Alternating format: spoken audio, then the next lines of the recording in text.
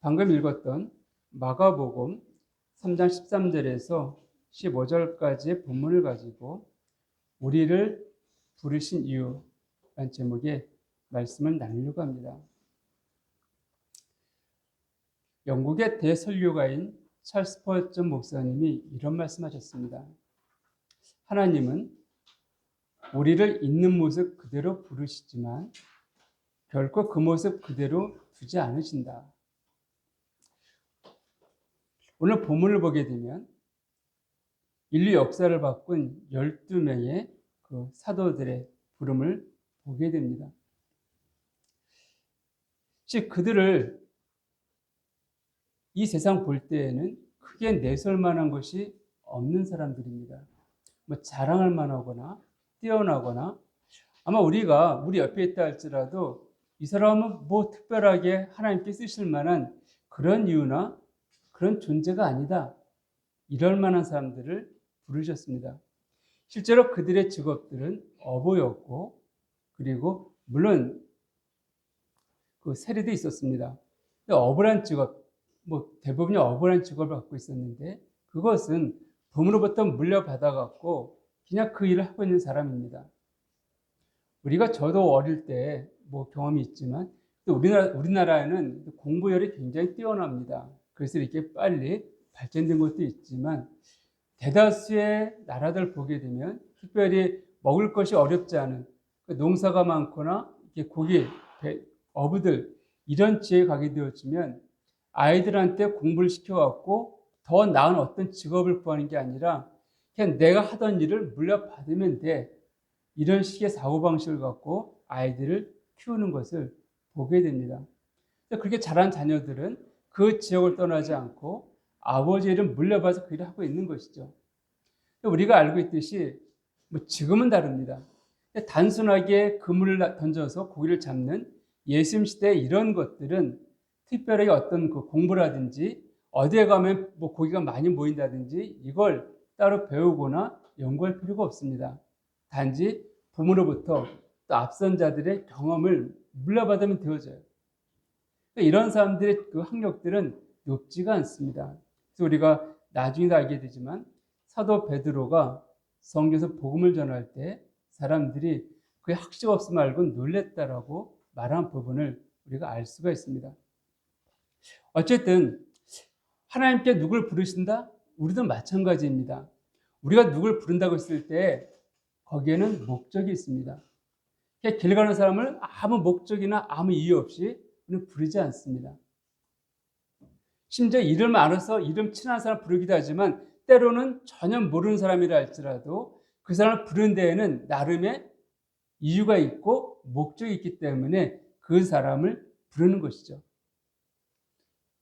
하나님께서 누구를 부르셨다? 이것은 그분께서 분명 목적이 있고 이유가 있었기 때문에 그들을 부르셨습니다. 그런데 하나님께서 12사도만 불렀는가? 성경은 그렇게 말하고 있지 않습니다. 로마서 1장 6절을 보면 제가 읽어드리겠습니다.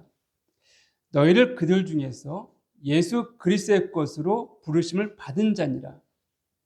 예수 그리스도의 것으로 우리를 부르셨다라고 성경은 말씀하고 있습니다. 이런 내용들이 성경에 굉장히 많이 나와 있습니다. 한 구절만 더 보게 되면 히브리서 3장 1절에서도 그러므로 함께 하늘에 부르심을 받은 거룩한 형제들아. 이렇게 우리가 하늘에 부르심, 즉 하나님께로부터 부르심을 받은 자라고 성경은 말하고 있습니다. 하나님께 우리를 왜 부르셨을까요? 어떤 의도를 갖고 부르셨을까? 또 누구를 부르셨을까? 오늘 이 부분들을 함께 살펴보려고 합니다. 다시 본문 좀 보겠습니다. 마가복음 3장을 보게 되면 3장 1절에 이렇게 되어 있습니다. 3장 13절에 보게 되면 또 산에 오르사 누굴 불렀죠? 자기가 원하는 자들 부르셨다. 하나님께서 사람을 부르실 때 우리는 아무나 부른 것 같지만 실제는 그렇지 않습니다. 자기가 원하시는 하나님께서 원하신 자들 부르셨다라고 성경은 말씀하고 있습니다. 이 부르심에는 인간 조건에 근거하지 않습니다. 여기에 원하는 자를 부르셨다 했을 때 원하는 자, 이 단어가 헬라어로는 텔로란 단어를 사용하는데 이것은 단순한 바람이 아니라 목적을 가지고 불렀다. 그러니까 강력하게 목적과 의지를 가진 부름이었다. 이런 것을 뜻하고 있습니다. 이 같은 말씀은 로마서 9장에서도 말씀하는데 로마서 9장 16절을 보면 다른 박질한 자로 말미암다 아니요 오직 궁히 여기시는 하나님으로 말미암음이다. 그러니까 우리가 무엇인가 잘하고 애쓴 것이 아니라 하나님께서 전적으로 그분의 계획과 그분의 원하심 가운데 우리를 부르셨다라고 성경은 말하고 있습니다. 우리를 부르셨을 때 물론 우리 가운데 우리끼리 비교하게 되어지면 남들보다 좀 뛰어난 사람이 있을 수도 있습니다. 근데 성경은 뭘 말합니까? 고린도전서 1장 26절 이하에 보면 누굴 부르셨다고 나와 있나요? 제가 몇 구절 읽어드리면 1장 26절 이하를 보면 형제들아 너희를 부르심을 보라 육체를 따라 지혜로운 자가 많지 아니하며 능한 자가 많지 아니하며 문벌 좋은 자가 많지 아니하도다.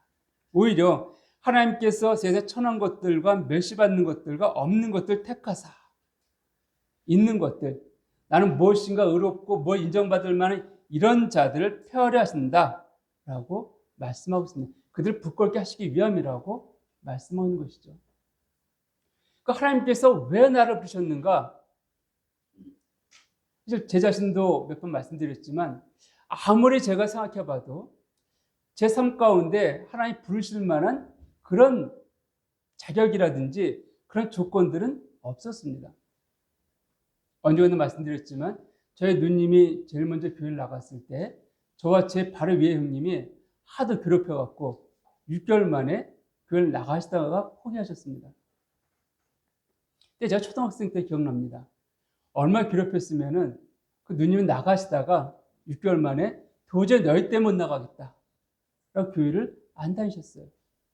이런 그러니까 하나님 보시기, 그러니까 제가 생각하기에 저를 부르실 만한 어떤 이유나 어떤 조건이 없는 그런 자였습니다.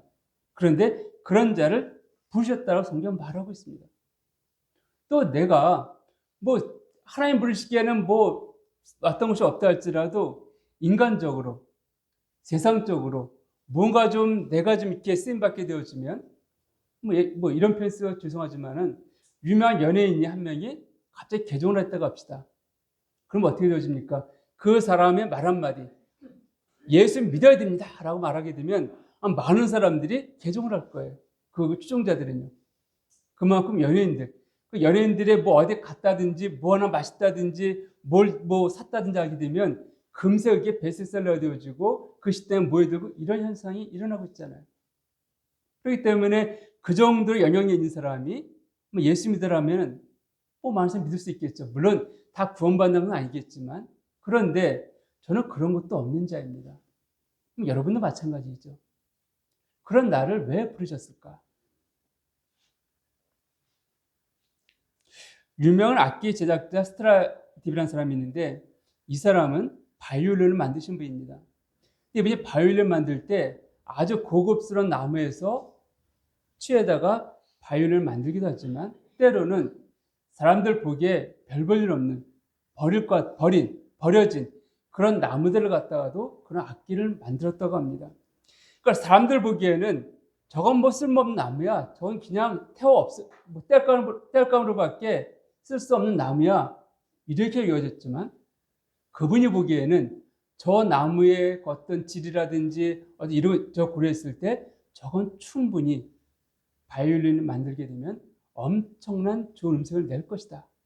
그렇기 때문에 그가 손을 대기 시작하면은 바뀌었다는 것이에요. 즉 똑같은 나무를 할지라도 그냥 평범한 농사 짓는 사람이 그 나무를 주었단다면 뗄감밖에 사용할 수 없겠지만 그러나 유명 악기 제작자가 그 나무를 잡았을 때에는 아주 비교할 수 없는 바이올린이 탄생한 것처럼. 근데 하나님은 어떤 분이신가요? 우리가 믿는 하나님, 우리를 부르신 하나님은 그 스트라디브라는 사람보다 더 뛰어나고 더 위대하시고 비교할 수 없는 그런 분께서 나를 부르셨습니다. 여러분은 부르셨다는 거예요. 우리 그 부르심 앞에 왜 나 같은 사람 부르셨을까? 이런 질문을 하게 됩니다. 거기에 대한 답은 오직 하나입니다. 바로 주님의 사랑입니다. 주님의 사랑이자 주님의 의지예요. 주님께서는 우리를 사랑하셨고 우리를 통해서 영광 받기를 원하시기 때문에 우리를 부르셨던 것을 성경은 말씀하고 있습니다. 그렇기 때문에 우리의 부족함 때문에 낙심하지 마십시오. 나는 내가 별로 없어 보이고 또 심지어는 내가 이렇게 나이가 많아서 주님 만났으니까 난 별로 쓰임 받지 못하겠지라고도 생각하지 마세요. 하나님이 어떤 사람은 어릴 때 불렀고 어떤 청년 때 불렀고 어떤 사람은 왜 죽기 직전에 부르셨는가 우리는 다 알 수가 없습니다. 하나님께서 그 상황이 그 사람에게 가장 합당한 때였고 그리고 그 상황을 통하여서 영광을 받기 원하시기 때문에 그렇습니다. 그 상황 가운데에서 아무것도 할 수 없는 것 같지만 아닙니다. 심지어는요. 어떤 분은 임종을 앞두고서 예수님을 믿는 사람이 있습니다. 그 전까지는 그렇게 예수를 거부하고 핍박한 사람이 있었어요. 근데 그분이 임종을 앞두고 예수님을 시인했습니다. 그걸 누가 본지 아십니까? 다른 믿지 않는 가족들도 보게 된 거예요. 그리고 그 가족들도 저런 아버지가 어떻게 저런 분이 예수를 믿을 수 있지? 그 예수가 도대체 어떤 분이지? 이런 마음 가운데 그들도 예수를 한 명 한 명 믿기 시작한 것들을 들은 적도 있습니다. 그래요. 그분은 소천하셨지만 마지막 순간에 주님을 시인하고 소천하셨지만 별 볼일 없어 보이는 것 같아요. 아무것도 한 것 같지 않습니다. 그러나 그 마지막 순간 그 직전까지 거부하다가 그 임종의 직전에 고백했던 그 고백 그리고 평온하셨던 그 모습을 통하여서 우리 다른 믿지 않는 가족들이 좀 돌아왔던 이런 일들을 우리는 듣게 됩니다. 그래서 우리가 왜 나를 지금 부르셨을까? 나는 이제 별 주님에서 쓰임받을 게 없을 것 같은데? 라고 생각하지 마십시오. 하나님은 결코 후회하실 일이나 손해보실 일을 하지 않습니다. 그때 가장 합당이기 때문에 그때 부르신 거예요. 더더 하나님을 부르셨을 때 우리를 그분께서 만화의 왕이신 그분 나를 기억이나 하고 있을까라고 할지 모르겠지만 성경을 보게 되면 하나님은 우리를 이름으로 안다라고 말씀하고 있습니다. 나를 부르셨을 때 이길와 이거 아니에요. 그렇게 하셔도 우리가 황공하게 올 수밖에 없겠지만 하나님 나를 이름으로 알고 이름을 부르셨다라고 성경은 말씀하고 있습니다.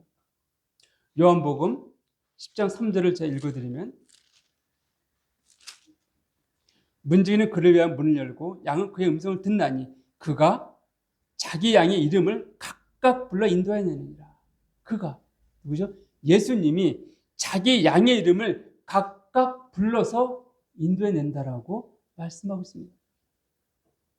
그걸 온 우주의 주인 되신 하나님께서 나를 이름으로 알고 있다는 것이에요.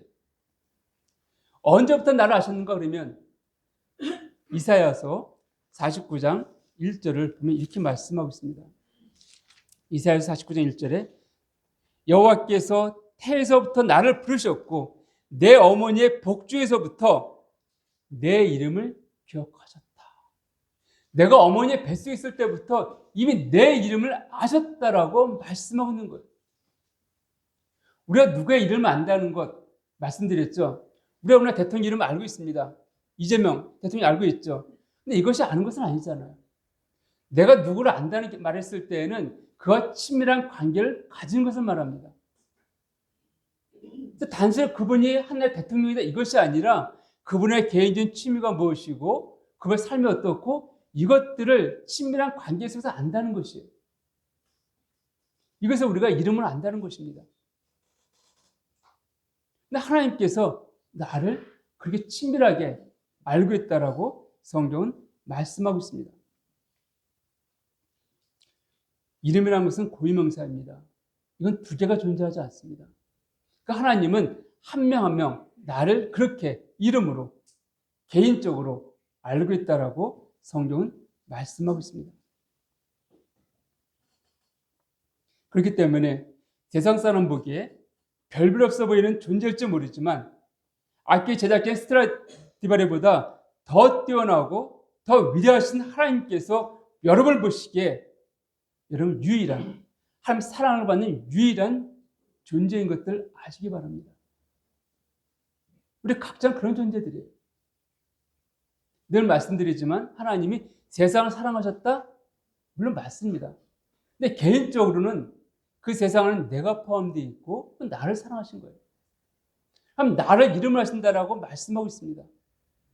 그렇게 친밀하게 알고 계신다라고 지금 말씀하는 것이죠. 그럼에도 불구하고 우리가 이런 마음을 가질 때가 있습니다. 왜 어떤 형제는 참 주님께 쓰임받는 것 같고 똑같이 별별 염산 부르는 걸 인정합니다. 그런데 그럼에도 불구하고 어떤 형제 크게 쓰임받는 것 같고 나는 뭐 별별 없는 잘 부르셨을 뿐만 아니라 내가 하는 것들도 별 볼 일 없어 보입니다. 이렇게 느낄 때가 가끔 있습니다. 그런데요, 어느 집에 골동품이 있다고 합시다. 근데 그 골동품은 가치가 있는 것이에요. 또 그 집에 그릇이 있습니다. 그릇은 그릇대로 쓰임새가 있는 것이에요. 골동품과 그릇은 쓰임새 자체가 다릅니다. 서로 비교할 대상이 아니라는 것이에요. 제가 언제든 말씀드렸지만 존 뉴턴이라는 노예 무역상이 있었습니다. 이 사람이 회개하고 난 다음에 참 예수를 믿는 목사가 되어서 이제 열심히 예수 믿었는데 이런 표현을 썼어요. 하나님께서 두 천사를 부르셔갖고 한 천사에게는 아주 위대한 제국의 왕으로 삼으시고 한 천사에게는 길거리 청소를 삼으셨다고 했을 때 그 천사들은 서로 비교하지도 않고 시기하지도 않는다. 다만 하나님께서 내게 맡기신 그 일들에 그들은 최선을 다해 충성할 뿐이다. 이렇게 말했습니다. 맞습니다. 왜 그분께서 나를 왕으로 삼으셨고 왜 그분께서 나를 청소로 삼으셨는지 우리는 이해할 수가 없습니다. 그 내 영역이 아니에요. 다만 내가 해야 될 것은 왜 나에게 왕의 일을 왜 나의 청소부의 이것이 아니라 내게 맡겨진 그 일에 충성하는 것, 순종하고 충성하는 것, 이게 내가 할 일이라는 것이에요. 하나님 보시기에 내가 왕의 일에 더 적합하기 때문에 그 일을 맡기신 거예요. 하나님 보시기에 내가 청소부에 더 적합하기 때문에 맡기신 거예요. 상급은요, 내가 왕의 일을 했으니까 상급이 많아지고 청소부를 했으니까 별별 없는 이런 것이 아닙니다. 그 맡겨진 일에 얼마큼 충성스럽게 순종했는가, 그것이 하나님 나라에서의 상급이라는 것이에요. 그러니까 우리가 그 나라를 생각하고 그 나라를 바라보겠다면 결코 다른 사람과 비교할 것이 아니라는 것입니다. 쟤는 골동품이고 왜 나 그릇인가? 비교의 대상이 아니에요. 그러니까 그들 쓰임새가 있고 난 나দের 쓰임새가 있습니다. 오히려 나 같은 데 쓰시는 하나님께 감사할 뿐이죠. 그것입니다.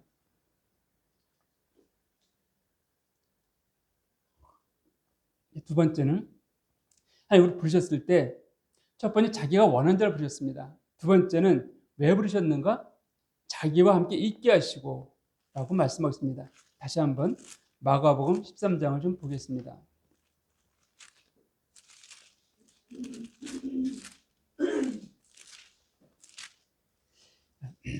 13장을 보게 되면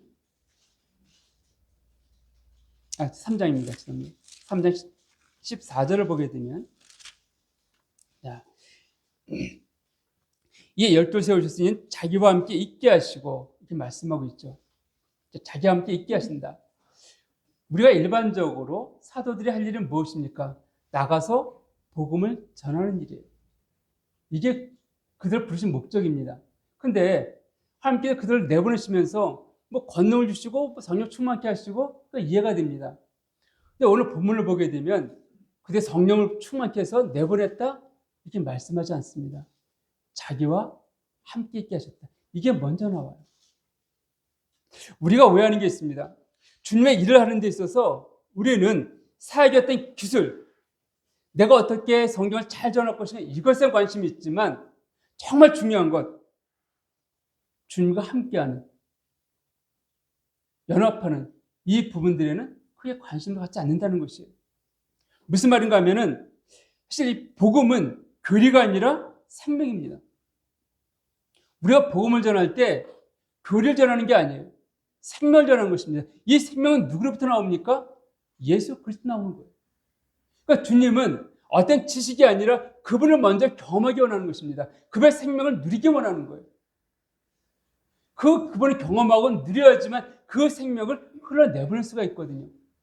그러니까 주께서는 그 성령을 통해서 능력 바로 주고 보내는 게 아니라 먼저 주님과 함께 있기를 원하셨던 것입니다. 요한복음 15장 5절에 보면 포도나무 비유 가운데에서 너희가 나를 떠나서는 아무것도 할 수 없다라고 말씀하고 있습니다. 아무것도 함께 할 수 없다. 이것은 무슨 말입니까? 이 포도나무 비유에서 나를 떠나서는 너희가 아무것도 할 수 없다? 이건 단순하게 주님과 그냥 옆에서 걸어가는 이런 개념이 아니라 깊은 연합관계. 포도나무는 누구이십니까? 포도나무가 그리스도를 상징하죠. 가지가 누구면 우리의 연합된 관계. 연합이 되어져 있으면 그 나무로부터 생명이 공급되어지고 그로 말미암아 열매가 맺히게 되어집니다. 그러니까 이것을 강조한 거예요. 나를 떠서 아무것도 할 수 없다. 주님과 연합되어 있지 않고서는 아무것도 할 수 없다. 저도 그런 실패를 가끔 말씀드릴 때가 있지만 초기에 복음을 전하려고 할 때 그 복음 성경에 그 구절들이 있습니다. 계속 믿어 이렇게 계속 강요했던 적이 있습니다. 특별히 첫 번째 만났던 그 친구 누군지 기억도 안 나고 이름도 기억 안 나지만 3시간 반 동안 열심히 성경 펼쳐가면서 복음 전했더니 그 다음 주부터 예수 믿는다 그러고 그 다음 주부터 교회를 안 나왔다 그랬죠. 제가요. 주님을 의지하지 않고 주의 생명이 나를 때 흘러나가야 됨에도 불구하고 그것이 아니라 성경 이게 말씀이니까 계속 믿어 했는데 결론적으로 그게 믿게 된 것은 아니었습니다. 그러나 그런 실패를 경험하고 정말 주님과 함께하면서 때로는 어떤 자매는 교회 수련회를 가는데 대성이었습니다. 이전에 그 80년도의 대성리에 민박촌들이 많이 있고요. 그랬습니다. 근데 거기 가려면 기차가 이제 춘천안전 기차를 타고 가게 되는데 엄청나게 만석입니다. 아마 기억나실 거예요. 가령이 현자님 가신 적 있대 대성리. 그거 빽빽 차고 막 그냥 진짜 만원 버스 이상 가는 그런 곳입니다. 심지어 내가 티켓을 아는 자리를 끊어도요. 그 자리까지 들어갈 수가 없어요. 사람이 워낙 많아갖고. 그러니까 좌석을 끊어서 서서 갈 수밖에 없는 그런 기차를 타고 이제 1박 2일 간 적이 있는데 그 기차 안에서 한 구두자 자매, 드리권 자매들이니까 드리권, 직장 동료 데리고 왔는데 거기서 1시간 반 또 흔들리면서 얼마나 시끄러운지 아십니까? 근데 복음을 전했어요. 근데 그가 거듭났습니다. 거기서 거듭났어요. 기차 안에서요. 성경 펼쳤나요, 제가요? 꼼짝도 못하는데 그 땀나는 여름에 수련이니까요. 땀나는 데서 이리저리 저리 흔들려가면서 그 나눴던 그 시간 가운데 그가 내리고 나서 물론 조금 마무리 분절했었지만은 그가 그날 저녁 때 이제 그 자기 데리고 왔던 분을 통해서 자매님인데 저한테 이제 찾아왔어요. 교제 좀 하자고. 나서 교제가 아니라 같이 감사한 것들이었죠. 제가 구원받은 것을 그때 구원받다 제가 기차 안에서 믿게 되어졌다. 그래서 새벽 2시까지 같이 찬양하다가 셋이서 들어온 적이 있었는데 참 은혜였습니다. 제가 성경을 펼쳐놓고 열심히 그냥 아는 지식 쭉 동원해서 했었지만 그때는 구원받지 않았던 역사가 없었지만 오히려 성경도 펼치지 못하고 단순하게 그 흔들리는 기차 안에서 나눴던 그 몇 마디 말씀을 통하여서 좀 일하셨습니다. 무슨 차이입니까? 전자는 제가 기술적으로 주님 의지한 게 아니라 제가 알렸던 것이었었고요. 후자는 저럴 때 주의 생명이 드러난 것입니다. 흘러간 것이에요. 그렇기 때문에 우리가 어떤 기술이나 지식이 아니라 먼저 주님을 알기 원하신 것입니다. 주님 경험하기 원하신 거예요. 이렇게 주님께서 우리를 부르신 목적은 자기가 먼저 함께 있게 하기 위해서 부르셨습니다. 여기서 몇 가지 것들을 더 세밀하게 살펴보게 되었지만 이걸 통해 우리가 알 수 있는 것은 첫 번째로 관계가 사역보다 우선입니다. 예수님은요, 우리에게 단순히 일하는 기계로 부르신 게 아닙니다. 이렇게 하면 이렇게 하고 저렇게 하면 저렇게 이런 로봇처럼 그런 존재로 부르신 게 아니라 인격적인 관계로 먼저 우리를 부르셨다는 것이에요. 그래서 단순하게 지식 갖고 나가는 것이 아니라 어떻게 복음 전할 수 있는지 그런 어떤 테크닉이 아니라 주님의 삶과 성품을 곁에서 보고 배우게 하는 거예요. 그분과 함께 하면서 그분의 먹고 자면서 그분의 삶의 모습들, 그분의 기도하는 모습들, 그분의 하나님을 의지하는 모습들, 그분의 믿음들, 그 모든 것들을 우리가 직접 보고 배우게 하셨습니다. 이걸 통하여서 주님은 우리가 훌륭한 기술자, 즉 어떤 일을 하는 자, 빈이 아니라 무엇을 하는 그런 자가 아니라 빈이 어떤 사람이 되어야 될 것인가 주님의 생명을 가진 자로 변화시키신 거예요. 그러나 나가서 그런 존재로 만드신 것이 이 과정이 필요했다는 것이에요. 그 주님은 그분 옆에서 함께하면서 그분이 어떤 분인지를 우리가 알기로 하셨습니다. 그래서 그걸 부르신 거예요.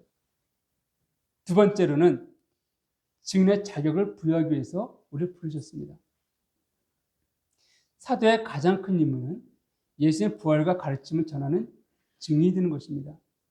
그 증인이 되려고 한다면 누가 증인이 됩니까?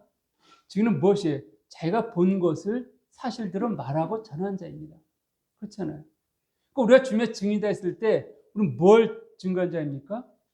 내가 보았던 주님, 내가 경험했던 주님, 내가 만났던 주님, 그걸 전하는 거잖아요. 복음은 다른 게 아닙니다. 내가 만나 경험했던 그 주님을 전하는 거예요.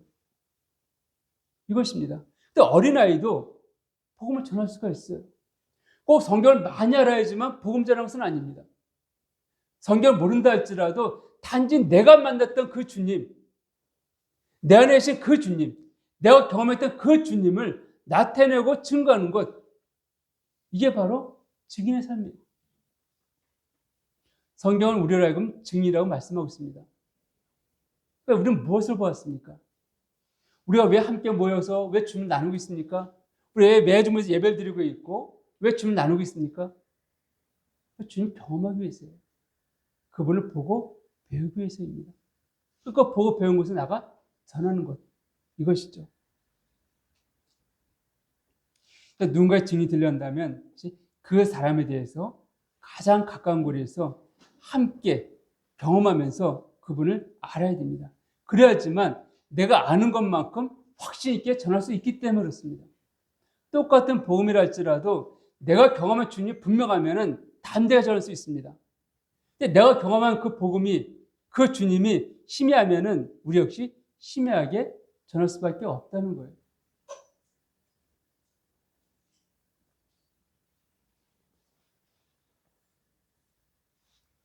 세 번째는 파송을 위한 준비 단계로 우리를 부르셨습니다. 마가복음 3장 14절 하반절 보게 되면 자기와 함께 있게 하시고 또 보내사 전도도 하며, 자, 이제는 전도도 하며 이 말씀이 나옵니다. 함께 있게 하시는 것은 결국 나가서 복음을 전하게 하시기 위함인 것을 알 수가 있습니다. 우리가 복음을 전하기 위해서 무엇이 가장 필요합니까? 우리가 싸움터에 나갔을 때,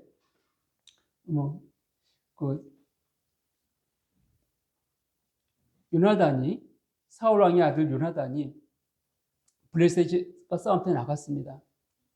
사울은 지금 그 제자들과, 사울은 그 백성들과 함께 좀 두려워서 덜 떨고 있는데, 요나단이 하나님의 그 의지에서 칼 든 자와 함께 나가서 큰 승리를 경험했습니다. 그러고 나니까 이제 백성들이, 와, 블레셋 군대에 막 무너짐이 있으니까는 쳐들어가서 승리 경험하고 있는데, 사울이 이렇게 말합니다. 저 블레셋을 다 점멸 때까지는 누구도 음식을 먹지 말라. 이렇게 했습니다. 근데 요나단은 사울 왕이 이렇게 얘기했을 때 그 자리에 없었습니다. 나가 지치니까는 어떻게 했습니까? 꿀 조금 먹었다라고 성경 말하고 있습니다. 눈이 밝아졌다는 거예요. 기력을 회복했다, 이런 의미입니다. 근데 사울은 그러지 않았죠. 저녁 때가 되어졌는데 사울이 이제 어떻게 할 것인가를 제사장한테 물어봅니다. 난 대답하지 않았어요. 그러니까 이게 왜 이런 것인가? 그 일을 물어보니까 결론적으로 요나단이 꿀을 먹었기 때문이다. 사울 왕이 이게 맹세를 했는데, 하나님이 맹세했는데 이 요나단이 그 맹세를 어기고 꿀을 먹었기 때문이다. 사울이 죽이려 할 때 백성들이 그렇게 하지 마십시오. 오늘 이 승리가 누구로 말미암아 온 것입니까? 라고 하면서 그걸 제지하게 되어지고 그래서 전쟁 그날 그게 끝이 나게 됩니다. 근데 제가 왜 이 말씀 드리냐면 요단이 그런 말을 하죠. 내가 지금 꿀을 먹음을 통하여 이렇게 힘이 나서 싸울 힘이 있었는데 만약 백성들이 음식을 먹으면서 싸움 때 임했다고 한다면 더 큰 승리를 누릴 걸. 맞습니다. 영적인 싸움 가운데 우리의 힘이 된 건 누구입니까? 영적인 양식이 공급되어야 됩니다. 바로 주님을 우리가 매일 먹고 마시지 않냐면은 우리 이 싸움터에서 승리할 수가 없습니다. 우리가 어디에 있든지 육체도 마찬가지잖아요. 우리가 음식을 먹지 않으면 근데 지치고 힘을 쓸 수가 없습니다. 영적인 싸움도 마찬가지예요. 그러니까 주님은 그들을 보내시기 전에 먼저 자기와 함께 있게 하시고 예수님을 풍성히 경험하게끔 먹고 마시고 누리게끔 하셨다는 것이에요. 구약에서도 이스라엘 백성들이 가나안 때 들어간 다음에 싸움에 이기든지 지든지 항상 가던 곳이 있습니다. 어디라고요? 길갈이었습니다. 길갈은 어떠한 곳입니까? 제가 십자가 성전을 했었죠. 이스라엘 백성이 요단강 건너 제일 먼저 도착한 장소이고 거기 언약궤가 있습니다. 그곳에서 주의 임재가 있는 곳입니다. 그러니까 이스라엘 백성들은 항상 그 임재 앞에서 그들이 승리했든 실패했든 간에 그 주의 임재를 통하여서 위로받고 힘을 얻고 또 다음 일에서 나갔던 것을 알게 됩니다. 우리 역시 마찬가지예요. 새로 무엇인가 하기 전에 주님을 경험하는 것들이 필요합니다. 그래서 우리가 매일 말씀을 대하고 있고 묵상하고 있고 또 함께 모이는 것들이 그래서 의미가 있고 굉장히 중요한 것을 알게 되는 것이죠. 네 번째로 왜 주님께서 우리를 함께 있게 하셨는가? 이것은 구약에 말씀하신 임마누엘의 성취입니다. 무슨 말인가 하면 성경 전체를 관통한 한 약속이 있습니다. 그 무엇입니까? 내가 너희와 함께하리라. 이게 성경 전체에 흐르는 관통 그 내용입니다. 하나님께서 당시의 자녀들과 함께, 당시의 백성들과 함께, 당시의 부르신 자들과 함께 영원히 함께 하시겠다. 이게 그분 언약이고 성경에 흐르는 관통하는 그 맥입니다. 그 예수님께 태어나셨을 때 마태복음 1장 22절에 보면 1장 21절인가요? 보면 이렇게 되어 있죠. 23절에 보라 처녀가 잉태하여 아들을 낳을 것이요 그의 이름은 임마누엘이라 하리라 하셨으니 이를 번역한즉 하나님이 우리와 함께 계시다. 예수님 태어났을 때 이름이 임마누엘이라. 그것은 하나님이 우리와 함께 하신다는 뜻이다. 영원히 함께 하시겠다는 뜻이다. 이것은 말씀하신 것을 보게 됩니다. 다시 말씀드려 하나님 우리를 부르신 것은 우리로 하여금 하나님 그런 친밀한 관계가 회복되어진 것을 나타내시기 위함입니다. 알게 하시기 위한 거예요. 만왕의 왕이신 그 예수님께서 우리와 함께하고 원하신다. 나는 너의 비교할 수 없는 존재야. 내 옆에 올 수가 없어. 우리 구약인 그랬죠. 이스라엘 백성 오게 되어지면 하늘에 불이 있고 막 구름이 있고 천둥이 치고. 근데 지금은 그것이 아니야. 나는 너와 함께한 존재다. 나 너희와 함께한 존재다. 이걸 경험케 하고 깨닫게 하시기 위해서. 그러니까 예수님께서는 이런 것을 위해서 변화산에도 야고보와 베드로와 야고보 이걸 데리고 올라가기도 하셨고 또 어린아이 살리는 그 죽은 자를 살리는 그 장소에도 함께 데려가셨던 것들을 보게 됩니다. 하나님은 우리가 멀리 떨어져 있는 분이 아니라 우리가 함께하고 있다는 것을 말씀하는 것들을 알게 되는 것이죠. 즉 제자들에게 있어서 가장 필요한 것은 우리가 능력을 받고 이것이 아니라 예수님과 친밀함입니다. 그렇기 때문에 제자들은 주님과 함께 먹고 자고 함께 살아가면서 그분을 온전히 누렸습니다. 그분의 기쁨, 그분의 슬픔, 그분의 애통함, 그분의 마음의 어떠함들을 온전히 느끼셨다는 거예요. 성경은 예수 우셨던 장면도 언급되어 있습니다. 애통한 장면들도 언급되어 있습니다. 안타까운 그 모습도 언급되어 있습니다. 그것들을 함께 공유하면서 보았던 것이.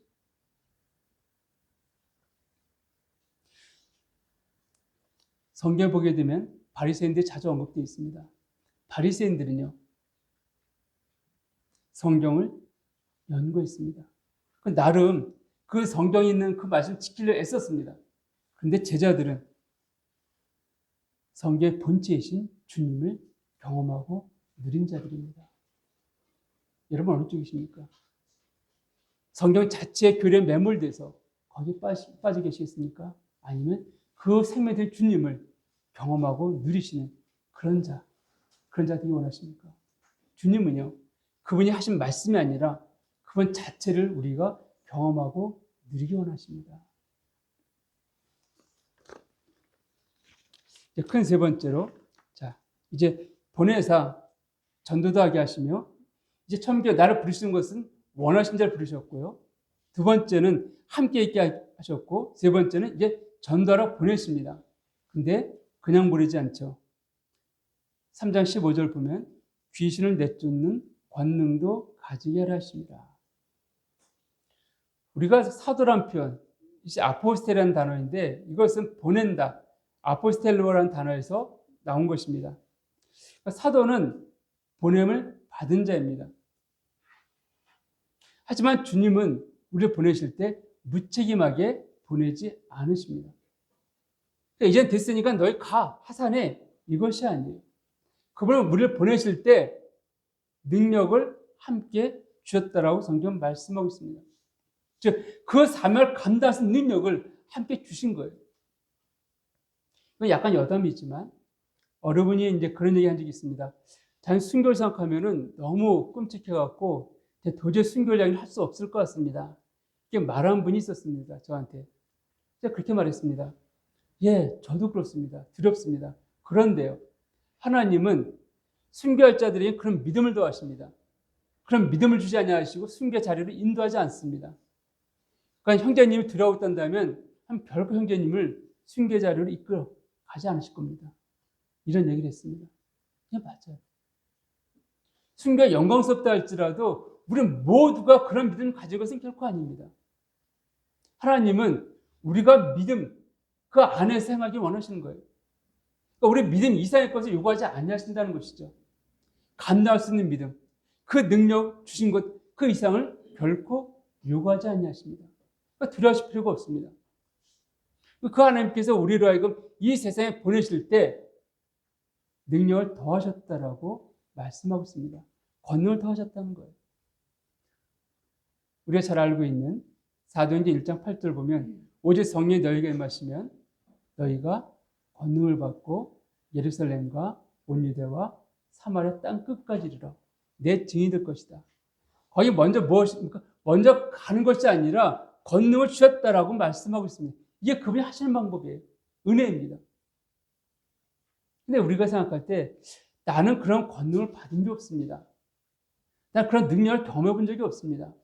혹 이렇게 여기시는 분이 없지 않아 있을지 모르겠습니다.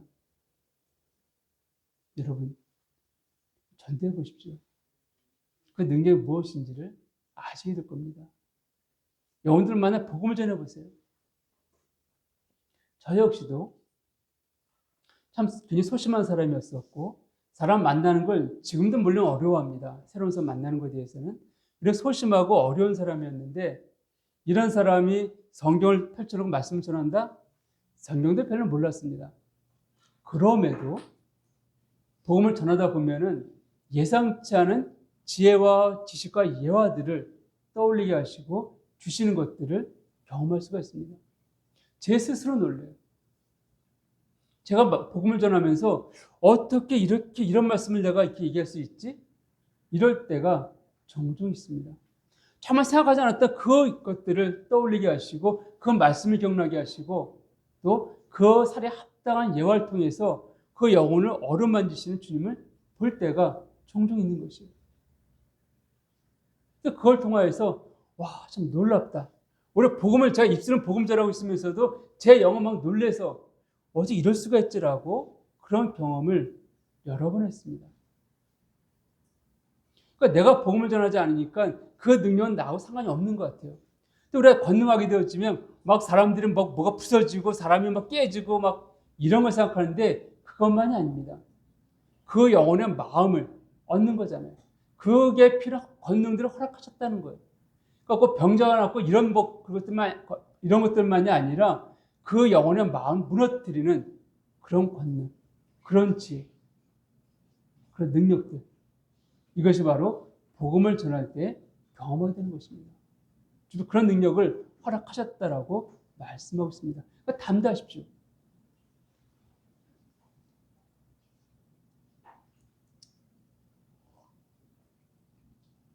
일단 전도는 다시 말씀드리면 기술이 아니라 내가 만난 예수님을 자랑하는 것입니다.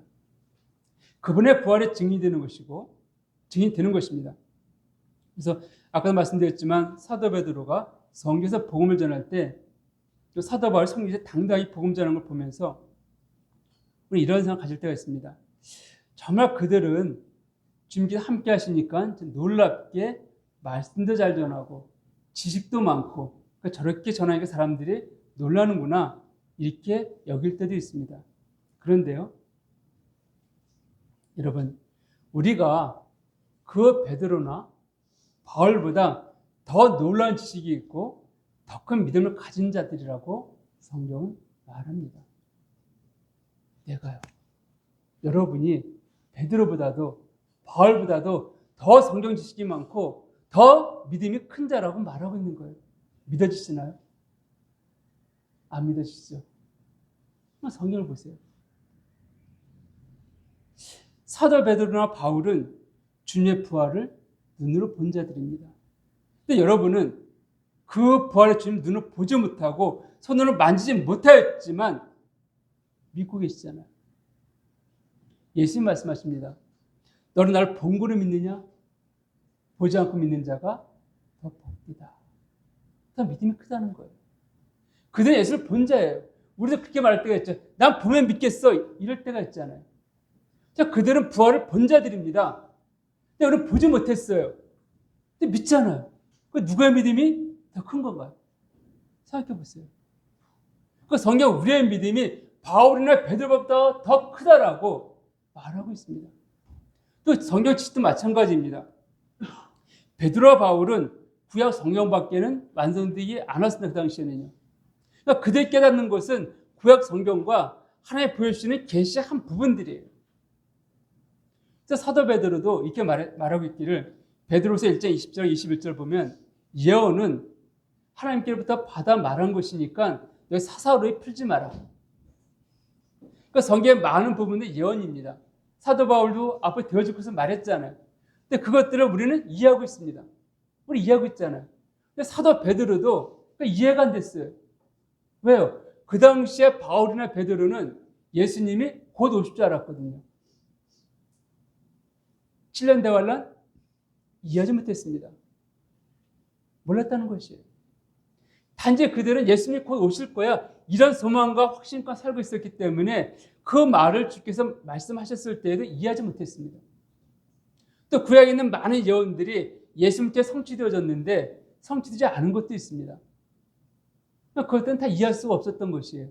지금 우리는 완성된 신약과 구약을 통하여서 그 예언을 많은 것들을 다 이해하고 있습니다. 그리고 그 예언이 어떻게 성취되었는지도 성취되어졌는지도 우리는 보고 있잖아요. 그러니까 우리의 지식이 하나님 나라에 대한 지식도 그렇고 하나님이나 예수에 대한 그 지식이 복음에 대한 그 지식이 베드로나 바울보다 더 많고 더 뛰어나다는 것입니다. 그렇게 이제 그런 우리가 그것을 암이 고백된다면 그리고 우리 주께 받은 은혜가 있다고 한다면 이제는 가정과 직장으로 나아가십시오. 주님이 주신 권능을 믿고 담대하게 주님을 자랑하십시오. 주님을 자랑하는 게 바로 복음입니다.